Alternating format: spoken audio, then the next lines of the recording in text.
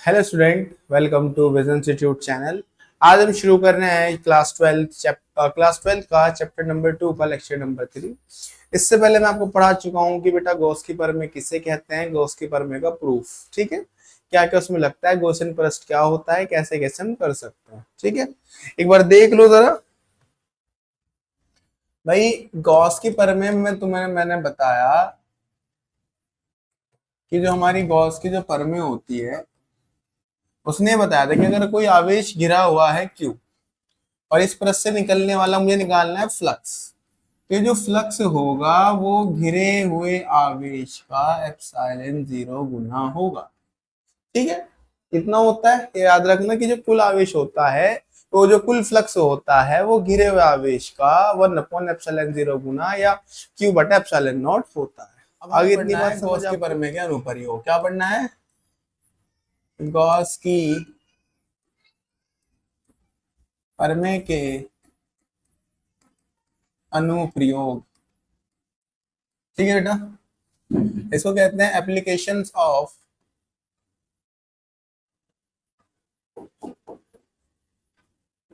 Gauss theorem, application of Gauss theorem. ठीक है भाई, आगे बात समझ। अब गॉस की प्रमेय के बेटे तीन एप्लीकेशंस हैं, एक तो वायर के लिए होगा, एक प्लेट के लिए होगा, एक स्फीयर यानी कि गोले के लिए होगा। ठीक है, उनके अंदर केस होते हैं, तो एक तरीके से पांच हो जाते हैं। कितने हो जाते हैं? पांच हो जाते हैं। ठीक है भाई, अब सब के सब डेरिवेशन को करने का देखो सेम तरीका है, ये स्टेप आपको याद रखना है। सारे के सारे डेरिवेशन कहां से स्टार्ट होंगे, ये वर्ड लिखूंगा, डीए से गुजरने वाला वैद्युत फ्लक्स। ये वर्ड मैं हर बार लिखूंगा बेटे जब भी डेरिवेशन स्टार्ट होगा, पांचों के चारों डेरिवेशन। ठीक है भाई, तो हमने आपको बताया था पिछले लेक्चर में, अगर डीए से फ्लक्स पूछता है तो कितना होता है, डी फाई बराबर E d A cos theta. क्या होता है? ई डी ए कॉस थीटा। एक तो याद रखना है। ठीक है, जैसे ही डीए से गुजरने वाला फ्लक्स आ जाएगा, जैसे ही डीए से गुजरने वाला फ्लक्स आ जाएगा, फिर मुझे करना है उसका समाकलन। फिर क्या करना है उसका सर, फिर करना है समाकलन। आगे बात समझ। अब जब समाकलन करेंगे तो आपको एक चीज और बताई थी मैंने कि 1 × d फाई, डी को स्किप कर देते हैं, फाई बन जाता है। ऐसे ही बेटा 1 × डी ए क्या बन जाएगा, ए बन जाएगा। अरे सिखाया था पिछले चैप्टर में, देख लेना बड़े अच्छे से। ठीक है, 1 d फाई फाई होता है, 1 d ए होता है। इतनी बात समझ में आ गई सब बच्चों को। जब भी ये वर्ड लिखूंगा देखो ये लाइन ध्यान रखना, काफी इंपॉर्टेंट है। डी ए से गुजरने वाला वैद्युत फ्लक्स, तो क्या लिखूंगा, डी फाई ई बराबर E d A cos theta. Simple सी बात, इतनी बात। एक बात और याद रखना, कोस जीरो का मान होता है 1 और कोस 90 का मान होता है 0। ठीक है भाई, कोस जीरो का मान होता है 1 और कोस 90 का मान होता है 0। ठीक है, इतनी बात। अब सुनो मेरी बात। पहला एप्लीकेशन क्या कहता है भाई, पहले एप्लीकेशन में, पहले एप्लीकेशन का नाम है हमारा अनंत लंबाई के आवेशित, अनंत लंबाई के आवेशित चालक तार के कारण किसी बिंदु पर, किसी बिंदु पर वैद्युत क्षेत्र की तीव्रता। इज दैट क्लियर भाई? यह आगे लिखा हुआ कि एक अनंत लंबाई का आवेशित चालक तार है, उसके साथ क्या निकालना है, किसी बिंदु पर वैद्युत क्षेत्र की तीव्रता निकालनी है। ठीक है, इतनी बात। अब सुनो जरा, एक वायर बना लेता हूं मैं। चलो पहले वायर ही बना लेता हूं ना। मेरे पास एक वायर है, इनफाइनाइट लेंथ का है, एक्स वाई। ठीक है भाई, इतनी बात। अब वायर पर ऐसे चार्ज डिस्ट्रीब्यूट हो रहा है, ऐसे आवेश वितरित है इसके ऊपर। इससे यहां पर बेटे आर दूरी पे एक बिंदु है पी।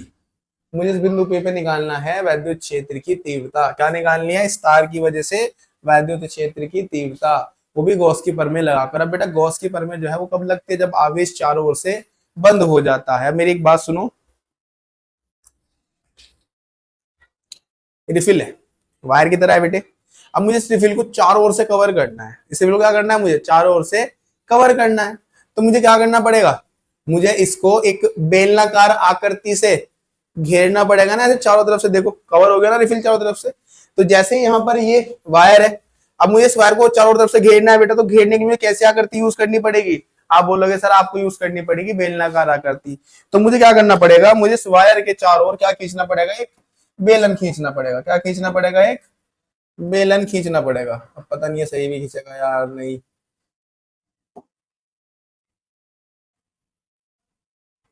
हाँ ठीक है।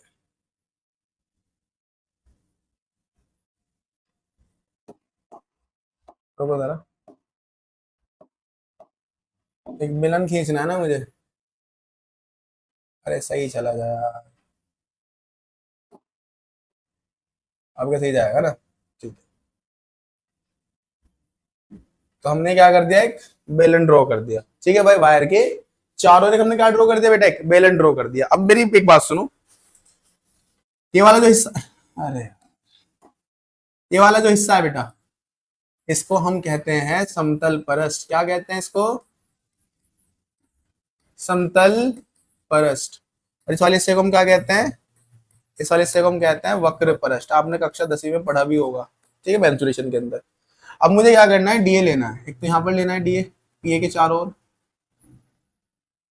इस पीए के चारों ओर एक मैंने डीए ले लिया। अब इधर से देख रहा हूँ, तो जिधर से देखते हैं डीए की दिशा उधर को ही तो होती है भाई, बता रखा है बेटे। प्लस प्लस को क्या करता है, प्रतिकर्षित। तो वैद्युत क्षेत्र की तीव्रता भी इधर को ही होगी, ई।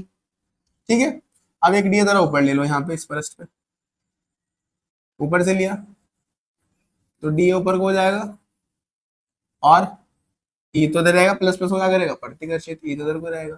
थीटा कितना हो गया यहाँ पे, 90 डिग्री हो गया। सिमिलरली एक छोटा सा फ्लक्स नीचे ले लेता हूँ।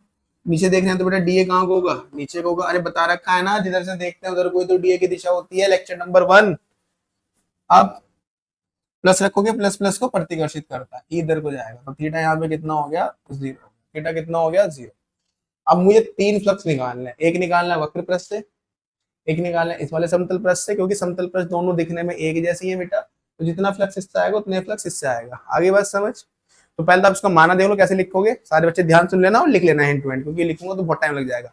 आपको लिखना है कि माना अनंत लंबाई का कोई आवेशित चालक तार एक्स वाई, ठीक है, जिस पर धनावेश एक समान रूप से वितरित है। चालक तार से स्मॉल आर दूरी पर एक बिंदु पी है, एक बिंदु पी है जिस पर वैद्युत क्षेत्र की तीव्रता ज्ञात करनी है। इसके लिए बिंदु पी से गुजरने वाला एक बेलनाकार गोसेन परस खींच लेते हैं तथा बिंदु पी के चारों ओर एक सूक्ष्म क्षेत्रफल अवयव डीए ले लेते हैं। अब बिंदु पी पर आपको दिख रहा होगा डीए और ई दोनों एक ही दिशा में है। तो यहाँ पर थीटा कितना है, 0 डिग्री। लिख दोगे आप कि भाई बिंदु पी पर डीए व ई के बीच कोण कितना है, 0 डिग्री है। तब अब तो अपना काम करना है हमें। तब ये वाली लाइन बेटा मैंने भी बताई थी कि सब इस लाइन से स्टार्ट करेंगे। डीए से गुजरने वाला विद्युत फ्लक्स मेंशन कर दें कहां पे था, वक्र पृष्ठ पर लिख देंगे। तब वक्र पृष्ठ पर स्थित डीए से गुजरने वाला विद्युत फ्लक्स, विद्युत फ्लक्स। बेटे क्या बताया मैंने तुम्हें, जल्दी बताओ जरा, क्या बताया मैंने तुम्हें। डी से गुजरने वाला फ्लक्स क्या होता है, डी फाई बराबर ईडीए कॉस थीटा। लगाओ जरा, सर आपने बताया कि ईडीए कॉस थीटा होता है। तो आप क्या बताया सर, क्या आपने बताया डी फाई। बेटा 1 क्या देते हैं इसको, क्योंकि एक जगह से निकाल रहे हैं। किसके बराबर होता है sir, E d A cos theta. मगर वक्र पृष्ठ पर थीटा कितना था, 0 डिग्री। वक्र पृष्ठ पर थीटा कितना था बेटा, 0 डिग्री। cos 0 का मान सब बच्चों को बता रखा है, हाँ कि ना। सर cos 0 का मान, अरे यार देख लो, cos 0 का मान 1 होता है तो 1 रख दो।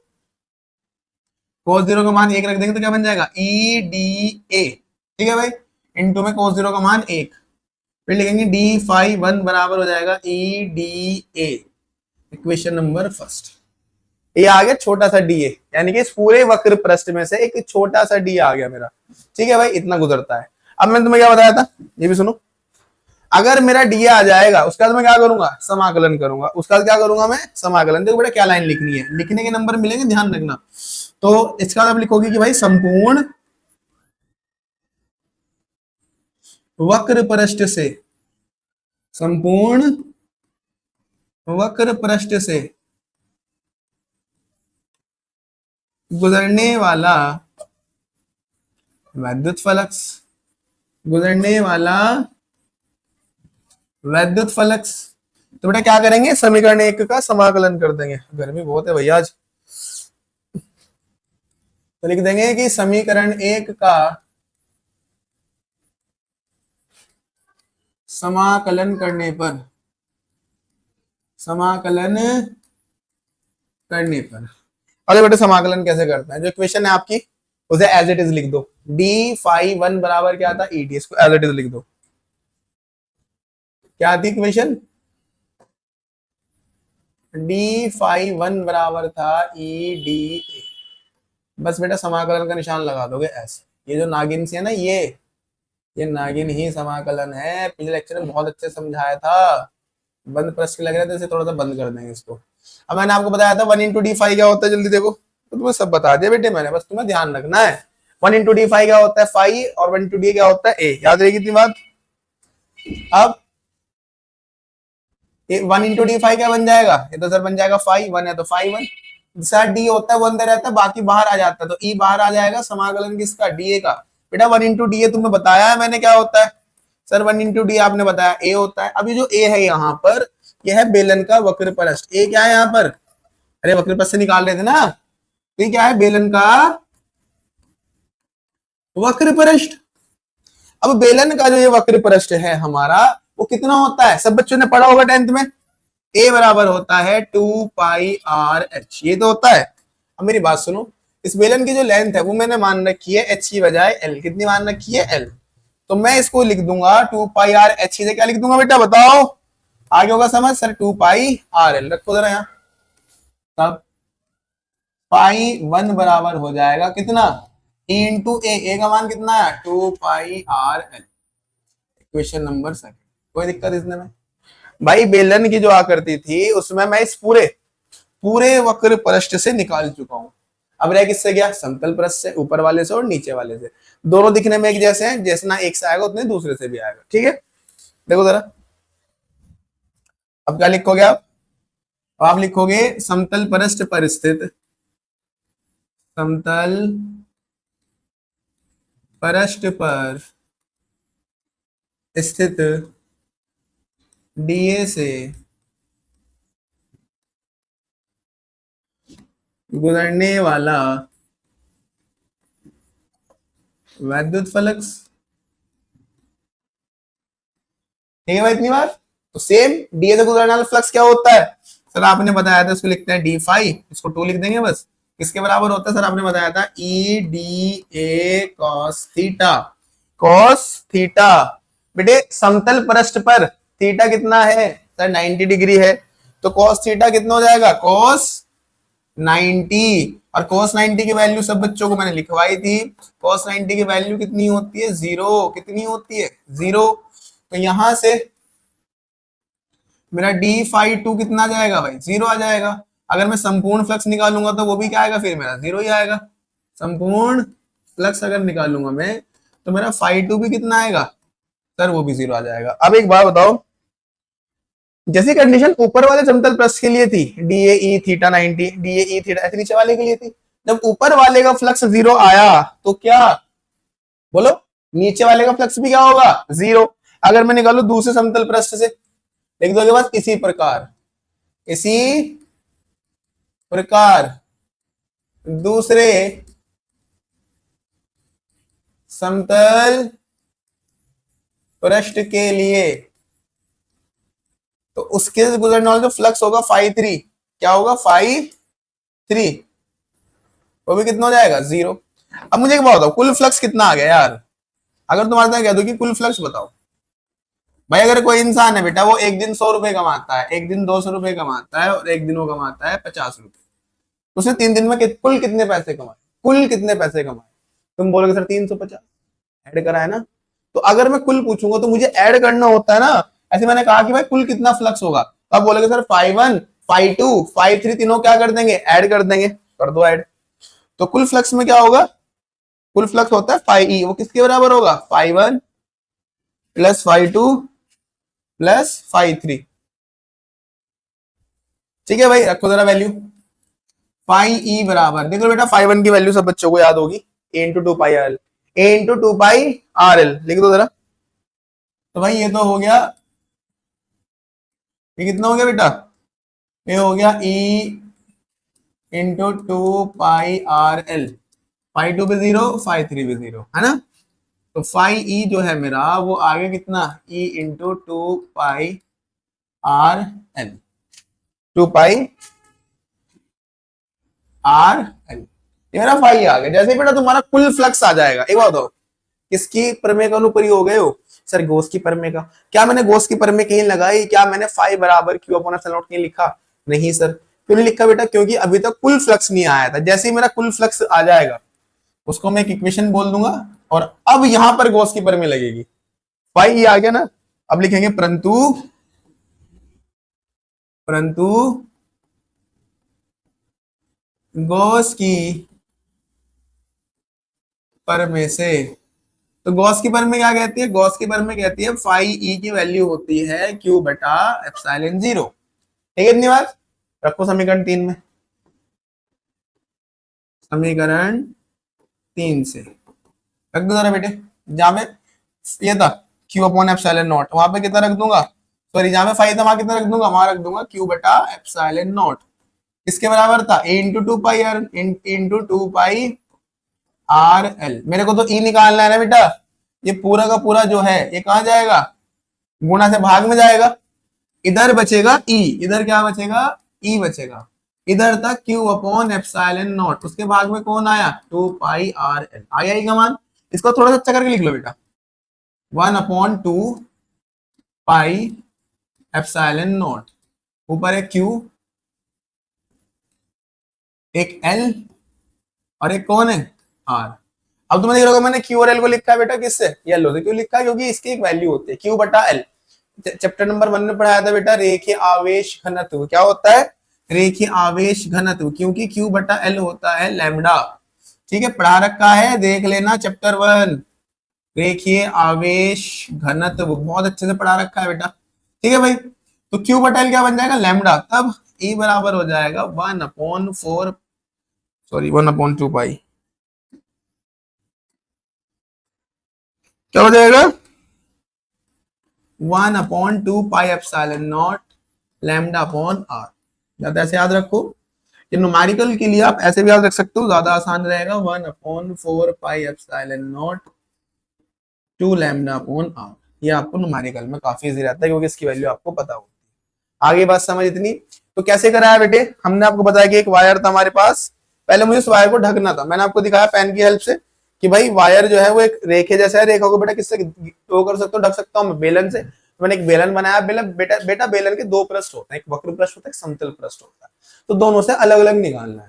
पहले मैंने वक्र पृष्ठ से निकाला, ठीक है, कितना आया, ए into two pi r L. ठीक है, फिर मैंने निकाला किससे बेटा, समतल पृष्ठ से कितना है, जीरो, दूसरे पृष्ठ में कितना है, जीरो, दोनों को तीनों को जोड़ के कितना आ गया मेरा, फाई आ गया, कुल फ्लक्स आ गया। जैसे मेरा कुल फ्लक्स आ जाता है फिर मैं लगाता हूँ गॉस की प्रमेय और उसको सॉल्व कर देता हूँ। इज दैट क्लियर, आ गया वो समझ, ठीक है बेटे, ये हो गया पूरा। ठीक है भाई, तो बेटा याद रखना वायर की वजह से कितना होता है, ई बराबर 1/2 पाई एप्सिलॉन नॉट, गर्मी बहुत है भैया आज, लैम्डा अपॉन आर। ठीक है बेटे, अब यहाँ भी याद रखना है कि इस केस के लिए ई जो है वो आर के व्युत्क्रमानुपाती होता है, या कभी कभी एग्जाम में ऐसे लिख देता है आर की पावर -1 के। याद रखना तार वाले केस में आर की पावर -1 के बराबर होता है, अनुक्रमानुपाती होता है। ठीक है, इतनी बात। अब अगला, अनंत विस्तार की, अनंत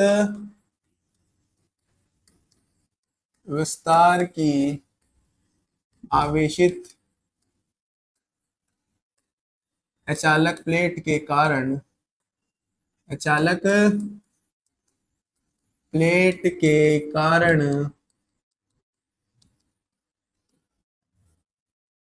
किसी बिंदु पर, किसी बिंदु पर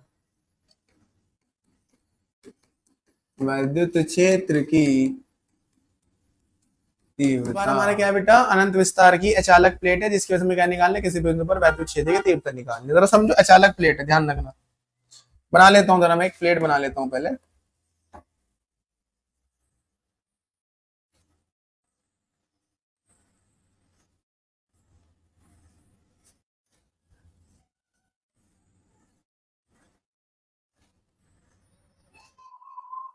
मेरे पास एक प्लेट है, ये है ना, इस पर ऐसे प्लस की आवेश वितरित है।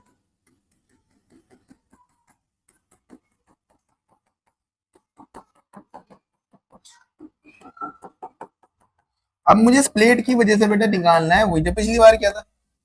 इस प्लेट से कुछ दूरी पे एक बिंदु होगा, यहाँ पे इस बिंदु पे मुझे निकालना है वैद्युत क्षेत्र की तीव्रता। ठीक है भाई। अब पिछली बार बेटा बेलन चारों ओर खींचा था, इस बार एक बेलन बनाऊंगा जो इस वायर किसके, प्लेट के अंदर को आर पार हो जाएगा। समझ रहे हो, मान लो ये प्लेट है, ये प्लेट है और वायर इसके ऐसे, जो बेलन होगा वो इसके ऐसे आर पार हो जाएगा ऐसे। ठीक है, ऐसे मैंने इसमें एंटर करा, देखो ऐसे। ठीक है भाई, तो मुझे एक बेलन इसके आर पार करना है।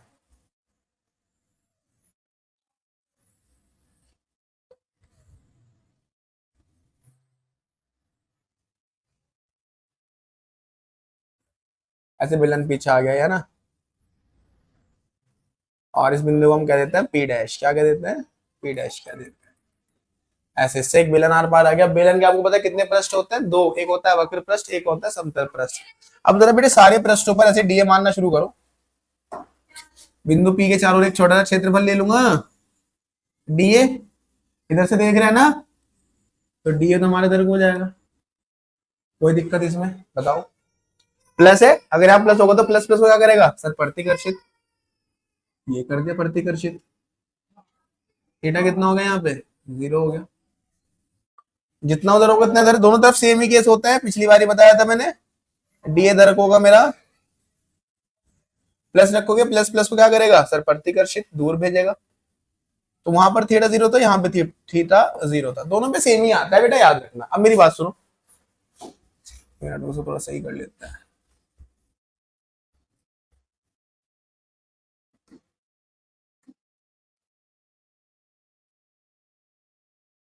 अब सही है ना। अब मुझे निकालना है एक वक्र पृष्ठ पर, किस पर निकालना है, वक्र पृष्ठ पर। नीचे से आ रहा है ऐसे डीए, बट अगर यहाँ प्लस रखूंगा तो प्लस प्लस को तो प्रतिकर्षित इधर को ही करेगा ना। इस बार थीटा कितना हो गया यहाँ पर 90। तो बेटा पिछले डेरिवेशन का उल्टा हो गया। देखो पिछले डेरिवेशन में वक्र पृष्ठ पे 0 था, समतल पृष्ठ पे 90 था। इस बार वक्र पृष्ठ पे 90 है, समतल पृष्ठ पर 0 है। आगे बात समझ। अब करना बिल्कुल ऐसे ही है, देखो करना बिल्कुल ऐसे ही है आपको, जैसे मैंने यहाँ लिखवाया था। वक्र पथ से स्थित डीए से गुजरने वाला फ्लक्स पे समतल पथ से स्थित डीए से गुजरने वाला फ्लक्स, करना बिल्कुल सेम तरीके से ही है बेटा। करते हैं चलो जल्दी फटाफट।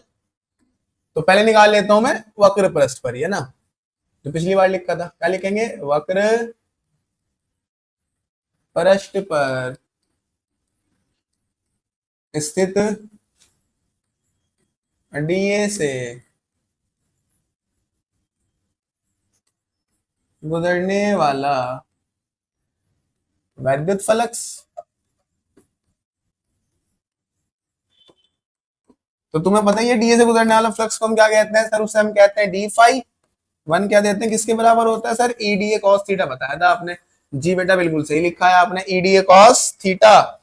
यार यहाँ पर थीटा कितना है वक्र पृष्ठ पर, यहाँ पर थीटा कितना है सर 90 डिग्री। रखो जल्दी फटाफट, 90 है ना, यहाँ पे कितना रख दोगे 90। cos 90 की वैल्यू सब बच्चों को बता दी वैसे मैंने, फिर भी एक बार देख लो। cos 90 की वैल्यू कितनी होती है बेटा, 0। कितनी होती है, 0। रखो जरा। तब डी फाई वन बराबर ई डी ए इंटू, बेटा इसकी वैल्यू कितनी जल्दी बताओ सर, इसकी वैल्यू है 0। इसकी वैल्यू कितनी रख दोगे आप, 0। तो डी फाई वन बराबर पूरा कितना हो जाएगा, 0। तो डी फाई आ गया मेरा 0। अब संपूर्ण भी कितना आएगा, 0 आएगा भाई। अगर मैं लिख दूंगा संपूर्ण वक्र पृष्ठ से गुजरने वाला वैद्युत फ्लक्स तो वो भी कितना आ जाएगा, 0 आ जाएगा। तो मेरा फाइव वन आ गया 0, जैसे पिछली बार फाइव टू 0। आगे बात समझ। अब सेम लाइन लिखेंगे किसके लिए, वक्र पृष्ठ के लिए, सॉरी समतल पृष्ठ के लिए। लिखेंगे भाई समतल पृष्ठ पर स्थित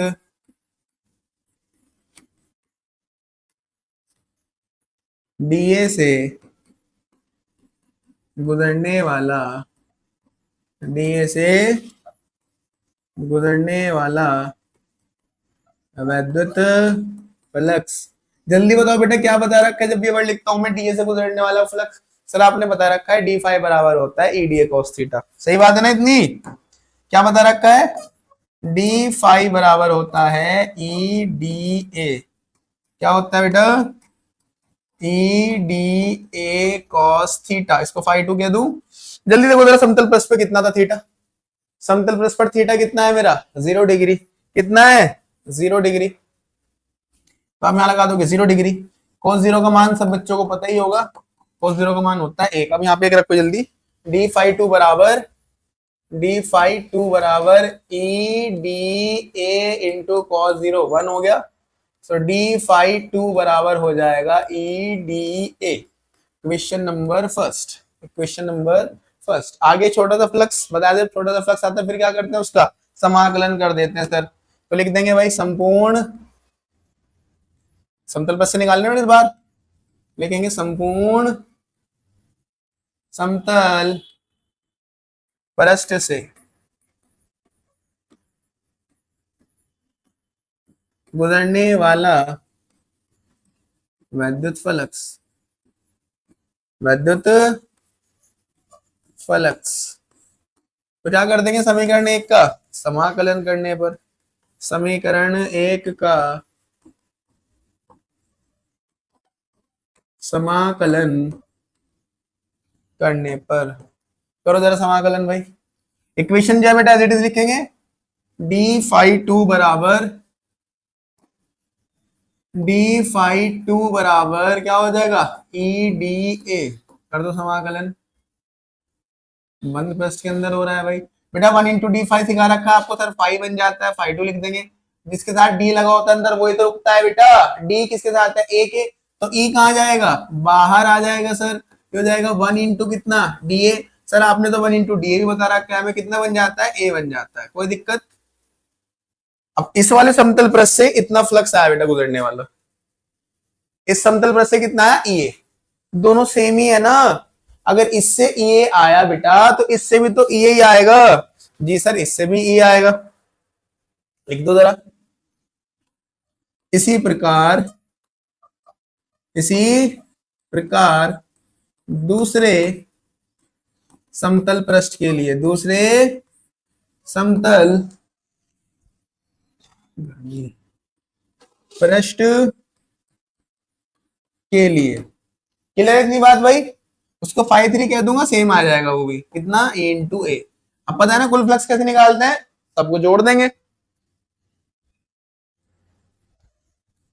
कुल फ्लक्स कैसे निकालते हैं, फाइव ई बराबर five one plus five two plus five three, ऐसे निकालते हैं बेटा। तो फाइव ई बराबर फाइव वन है 0, फाइव टू है ई ए, और फाइव थ्री में कितना है मेरा, ई ए है। ठीक है इतनी बात। अब ई और ये कितना हो जाएगा बेटा, सर 2EA हो जाएगा, इक्वेशन नंबर सेकंड। कुल फ्लक्स आ गया। क्या पता था पिछली बार, जैसे ही कुल फ्लक्स आ जाता है, जैसे ही कुल फ्लक्स आ जाता है किसकी पर में लगा देते हैं, गॉस की पर में लगा देते हैं। लिख देंगे भाई परंतु किससे बेटा, गॉस की परमे से। क्या कहते हैं बेटा गॉस की परमे, गॉस की परमे कहती है कि फाइव ई बराबर होता है क्यू बटा एप्सिलॉन 0। फाइव का मान कहां रख दो, समीकरण 2 में रख दो। फाइव का मान कहां रख दो, समीकरण 2 में, समीकरण 2 से रखो जरा बेटे। यहाँ पे कितना आएगा फाइव का मान, सर क्यू बटा एप्सिलॉन नॉट। इधर कितना है सर 2EA है, मेरे को तो ई निकालना है बेटा। 2 भी भाग में आएगा मल्टीप्लाई से, और ए भी आएगा डिवाइड में, दोनों भाग में आएंगे ना। तो Q अपॉन कितना हो जाएगा, एप्सिलॉन नॉट तो यहाँ है ही था, 2 और A दोनों डिवाइड में आ गए। अब इसको थोड़ा सही करके लिख लो बेटा, Q upon 2 epsilon not A। बेटा Q बटा A पढ़ा रखा है चैप्टर 1 में, जी सर पढ़ा रखा है। Q बटा A होता है पृष्ठीय आवेश घनत्व सिग्मा। Q बटा A होता है सिग्मा, तब E बराबर हो जाएगा सिग्मा अपॉन 2 एप्सिलॉन नॉट। आगे क्या बात समझ, कितना होता है E बराबर सिग्मा अपॉन 2 एप्सिलॉन नॉट, किसकी वजह से, अनंत विस्तार की अचालक प्लेट की वजह से। आगे इतनी बात समझ बेटा। अब थोड़ी और बात सुनो, देखो सुनो, अगर हम बात करें किसकी, अचालक प्लेट की, किसकी बात करें, अचालक प्लेट की बात करें, तो इसकी वजह से E कितना होता है बेटा, सिग्मा अपॉन 2 एप्सिलॉन नॉट होता है। अगर यहाँ अचालक प्लेट बनाऊं मैं, इसका एक हिस्सा ये ना और एक इधर है ना, मतलब फ्रंट और बैक दोनों है। तो अचालक प्लेट में क्या होता है बेटा कि अचालक प्लेट में जिधर हम आवेश देते हैं वो सिर्फ उधर ही रहता है। मान लो मैंने इधर दिया तो वो आवेश सिर्फ इधर रहेगा, मतलब अचालक प्लेट का होता है एक पृष्ठ। कितने पृष्ठ होता है बेटा, एक पृष्ठ। अब कभी कभी वो क्या करता है, वो लिख देता है कि चालक प्लेट के कारण बताओ, किसके से बताओ बेटा, चालक प्लेट के कारण, किसके कारण, चालक प्लेट, या एमसीक्यू भी दे देगा भाई आपको। अब बेटा एक बात ध्यान देखो, अगर चालक प्लेट देगा, वो चालक प्लेट है, तो चालक जो होता है वो तो कंडक्टर होता है भाई, है ना। अगर मैं क्या करूं बेटा, एक गेट है, ऐसे गेट है, अगर मैं इसके पीछे, लोहे का गेट है, अगर मैं इसके पीछे ऐसे करंट लगा दो, एक वायर टच कर दो, एक लोहे का गेट था बट इसके पीछे मैंने वायर लगा रखा है, उसमें करंट फ्लो हो गया, और अगर तुम इसको इधर से टच कर दोगे करंट लगेगा ना, करंट इधर भी फील होगा ना तुम्हें। तो ऐसे ही चालक प्लेट के भी कितने पृष्ठ होते हैं, दो पृष्ठ होते हैं। अगर मैं इधर करंट दूंगा तो वो चार्ज इधर भी वितरित हो जाएगा, तो उसके कितने पृष्ठ होते हैं, दो पृष्ठ। अब सुनो, एक पृष्ठ की वजह से इतना बना, एक पृष्ठ की वजह से इतना बना, दो पृष्ठ की वजह से कितना बनेगा, जल्दी बताओ, क्या बताओ ना भाई, एक पृष्ठ से इतना बना तो दो पृष्ठ से सर डबल हो जाएगा, तो बस इसमें आपको दो से मल्टीप्लाई कर देनी है। तो अचालक प्लेट की वजह से जो होगा उसमें सिर्फ दो से क्या कर देनी है, मल्टीप्लाई कर देनी है, क्योंकि इसके दो पृष्ठ थे भाई, दो से दो कट जाएगा। तो चालक प्लेट का जो फॉर्मूला हो गया वो हो गया बेटा सिग्मा बटे एप्सिलॉन नॉट। ये बात ध्यान रखना, सिग्मा बटे एप्सिलॉन नॉट, ठीक है इतनी बात। अब और सुनो मेरी बात, कभी कभी क्या करता है ऐसे, तो दो चालक प्लेट दे देता है। पहला केस है कि इन अगर सेम चार्ज हो, क्या चार्ज इन पे सेम चार्ज, दोनों पे एक जैसा चार्ज हो, तो प्लस हो या माइनस हो, दोनों के लिए सेम ही लग जाएगा, चाहे प्लस हो चाहे माइनस हो।